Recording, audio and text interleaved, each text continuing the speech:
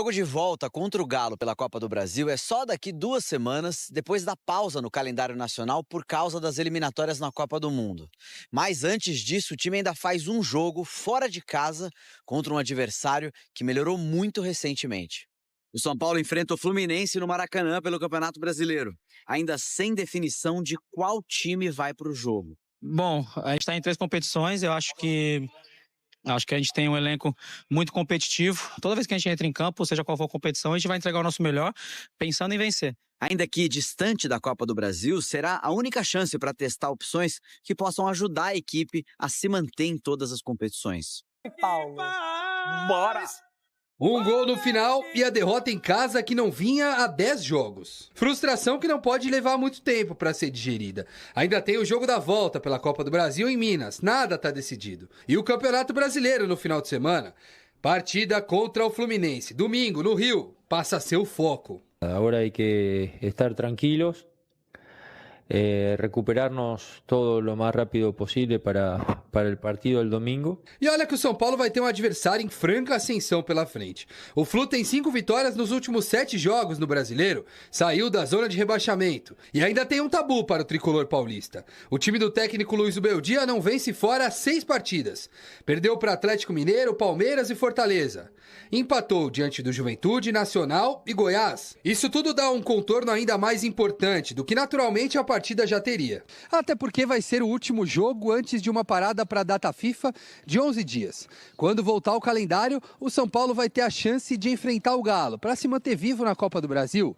Enquanto isso, o momento é importante, sobretudo, para colocar a cabeça em dia. Na próxima semana, o técnico Luiz Ubeldia pode ser punido pelo STJD. Denunciado pela expulsão contra o Atlético Paranaense na 14ª rodada por invadir o campo, pode levar até 6 jogos de gancho. E claro, como admitiu Rafinha, não está fácil manter a tranquilidade. A morte de Esquerdo do Nacional, após passar mal em campo pela Libertadores no jogo contra o São Paulo, mexeu com o elenco. Ontem, 5 jogadores e o vice-presidente do São Paulo foram ao Uruguai para acompanhar o adeus do atleta de 27 anos. Uma cena tão inesquecível quanto dolorida. Talvez ninguém, tanto quanto o São Paulo, precise mesmo que o tempo passe. Difícil dissociar uma situação tão triste, algo tão comovente, que mexeu com o mundo do futebol e principalmente com o São Paulo. O time enfrentava o Nacional, decisão de vaga na Libertadores, ver uma cena que se transformou em óbito, algo que está machucando ainda, mas o time tem que continuar, tem que separar o campo, aquilo que ele tem como compromisso dessa situação tão difícil e não é simples, Dedê. Não, Loirão, não é simples. Aproveitar mais uma vez aqui e mandar um grande abraço para os familiares do Esquerdo, os amigos, parabenizar aí o apoio que o clube vem dando, né? O Nacional e também o São Paulo, que foi muito... Se sensibilizou, obviamente, com a situação e disponibilizou ali todo o apoio. O jogo, acho que teve um reflexo, sim, no desempenho dos jogadores do São Paulo, principalmente jogando em casa, porque o fato aconteceu no estádio do Morumbi. Então, assim, os jogadores acabaram sentindo ali a questão emocional da partida. Não foi uma partida normal para o São Paulo. Agora tem um jogo de volta, é um jogo mais complicado, vai ter esse tempinho aí, de repente, os jogadores colocarem a cabeça no lugar, tentar resgatar um pouco dessa confiança, dessa autoestima e fazer um bom jogo lá na Casa do Galo. Na verdade, São Paulo vai bem no Campeonato Brasileiro, sim, mas acho que esse resultado contra o Atlético na Copa do Brasil, ele foi inesperado. Até pelo apoio que o torcedor tem dado, pela maneira como o São Paulo desenvolve o seu futebol jogando no Morumbi. A gente vê que é diferente, mas agora é brasileiro. O Fluminense perde o André, que foi vendido para o futebol inglês, e tem que conquistar esses pontos o São Paulo. E com a volta do Subeldia. Que é importante, né? Fez falta agora no jogo no Morumbi aí contra o Galo, Leirão. É verdade. Quero falar agora sobre o São Paulo. Estava conversando com uma pessoa próxima, a Ivan Cavaleiro, que ele é atacante português de 30 anos de idade, que atuava no futebol francês e está livre no mercado. Essa pessoa me contou alguns dias atrás que o Cavaleiro chegou a conversar com Corinthians e Flamengo. As negociações com ambos os clubes acabaram por não avançar. Mas essa pessoa também me informou que o nome foi sugerido ao São Paulo, tricolor que busca um atacante de lado de campo depois da contusão do Ferreira. Conversei com uma pessoa do São Paulo para saber o quão certa era essa negociação. A pessoa admitiu que o São Paulo conversa com vários atletas, monitora o mercado e em algum momento o Ivan Cavaleiro foi estudado. Mas dá para assegurar que esse português de 30 anos de idade, que já esteve na seleção principal de Portugal, não será contratado. As cifras não bateram, o Cavaleiro tem a expectativa de uma remuneração alta para os padrões do futebol brasileiro. Então, se o São Paulo contratar um ponta, essa chance nem é das maiores, não será o Ivan Cavaleiro. Atleta que é representado pela Gest Foot, a empresa de Jorge Mendes. Existe uma chance grande de o Ivan Cavaleiro se encontrar em algum clube do futebol europeu, apesar de ter carinho pelo Brasil e passar férias com alguma frequência por aqui. Nicola, vem algum reforço para o São Paulo? O tricolor está no mercado, em busca de um lateral esquerdo, de um volante e também de um ponta, mas há pouco dinheiro.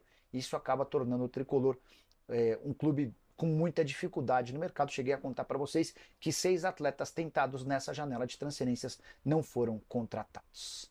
Vou deixar o vídeo para falar sobre o São Paulo. O tricolor decidiu renovar o contrato do zagueiro Sabino. Com uma curiosidade, o Sabino chegou com um enorme ponto de interrogação ao São Paulo, tanto que ele assinou um contrato de risco, salário fixo bem baixo e o restante atrelado ao número de jogos. Demorou um tempão para estrear e o vínculo era curto, inclusive cogitava-se que ele nem tivesse a continuidade depois de apenas 4 meses. O São Paulo decidiu estender esse vínculo até dezembro desse ano.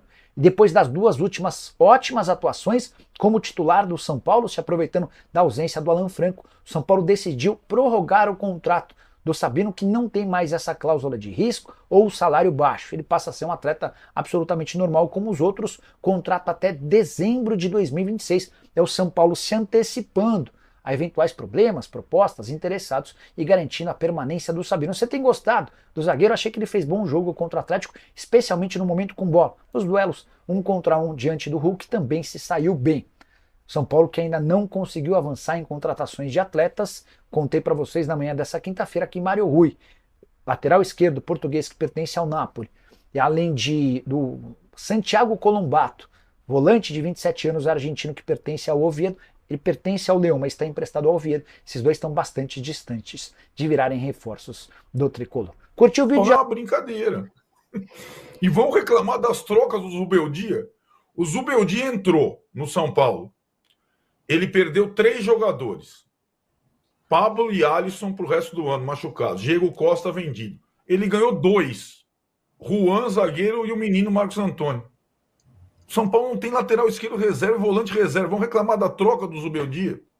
A direção do São Paulo nessa janela, se está sendo responsável, pode até ser, não é o que me consta. A dívida do São Paulo continua aumentando, tal, não sei o que lá. O Flamengo estourou o orçamento por necessidade. O Corinthians eu não vou nem comparar, né? Porque contratou 19.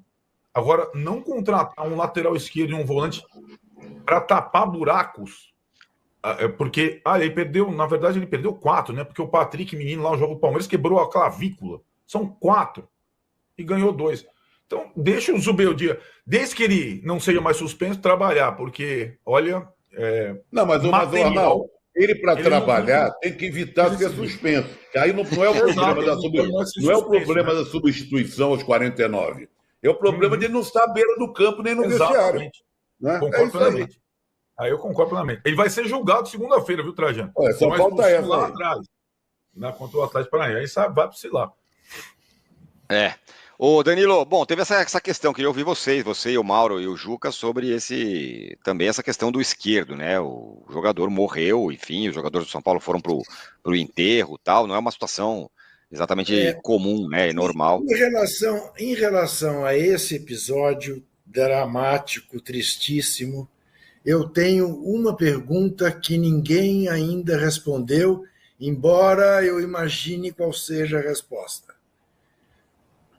Usou-se o desfibrilador tão logo constatou-se ali no gramado que ele estava na situação em que estava? Tem a matéria do áudio que não. Exatamente. A matéria do áudio que não. Exato. E ninguém responde. Por que não? Por que não? Se desde a morte do Serginho, 20 anos atrás, no mesmo Morumbi, estabeleceu-se isso como regra do uso do desfibrilador. Deixaram para usar mais tarde? Essa pergunta precisa de uma resposta.